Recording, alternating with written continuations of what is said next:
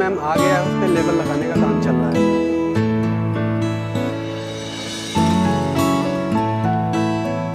नमस्ते सर, आइए आइए बैठिए सर। क्या देखना है, साड़ी सूट या लहंगा? जी मुझे अपनी माँ के लिए साड़ी खरीदनी। जी ज़रूर, नया नया स्टॉक अभी आया है दुकान में, एकदम फ्रेश। इतने कम दामों में इतनी अच्छी साड़ी आपको कहीं भी नहीं मिलेगी सर। ये साड़ी बहुत खूबसूरत है, क्या कीमत होगी इसकी? बस 2000 रुपये की है सर।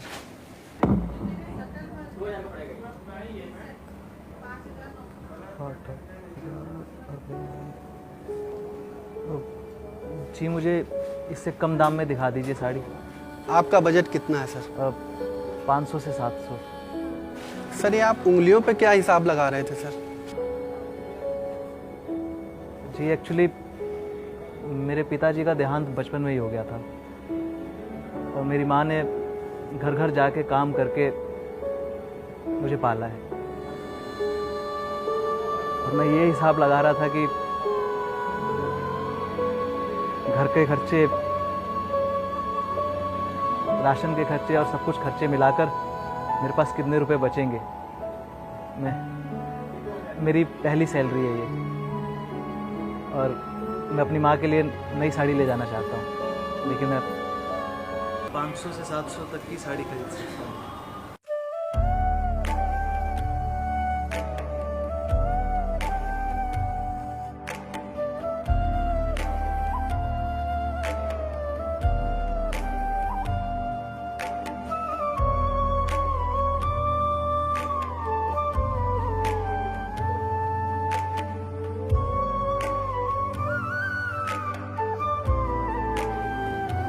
सर वैसे तो ये साड़ी 2000 की है, लेकिन अभी सीज़न नहीं है तो ये साड़ी आपको 50% डिस्काउंट पे 1000 रुपये की मिल जाएगी। और हमारे यहाँ डेली लकी ड्रॉ निकलता है, तो आज के हमारे यहाँ 21वें लकी कस्टमर हैं, तो 25% डिस्काउंट पे ये साड़ी आपको 2000 की 500 में पड़ जाएगी। आप सच कह रही हैं? जी हाँ। गोपाल ये साड़ी पैक कर दो। जी मैम। सर बिलिंग आप काउंटर पे करा दीजिए। जी।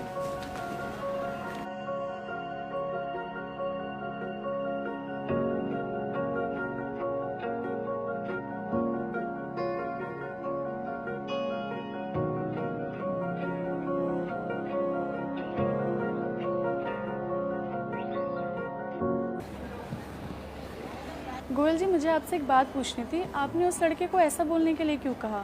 हमारे यहाँ तो ऐसी कोई स्कीम नहीं चल रही। बकाया 1500 रुपये आपने दिए, वो साड़ी फ्री में भी तो ले जा सकता था और आप सारा बिल भर देते। उस लड़के में मुझे अपना पास दिखाई दिया। मेरे पिता की असमय मृत्यु के बाद मेरी सारी जिम्मेदारी मेरी माँ पर आ गई थी। मेरी माँ ने अपनी पसंद का कभी कपड़ा नहीं पहना, अपने दिन रात की कमाई से मेरी परवरिश की है। उन्होंने मुझे पढ़ाया लिखाया, अपनी ज़रूरतों को हमेशा उन्होंने अनदेखा किया। जब मेरे पास माँ थी मैं कमाने लायक नहीं था, और जब कमाने लायक हुआ हूँ तो मेरे पास माँ नहीं है। मैं अपनी माँ के लिए कुछ कर सकूँ, इच्छा तो मेरी अधूरी रह गई। अब किसी और की माँ को तो खुशी दे सकता हूँ। 500 रुपये चुकाने के लिए उसे इसलिए बोला ताकि वो गर्व महसूस कर सके। उसने अपनी सैलरी से साड़ी खरीदकर अपनी माँ को खुशी दी है। मैं उसकी खुशियों को पूरा करने के लिए जरिया बना, उसके लिए मुझे बेहद खुशी है।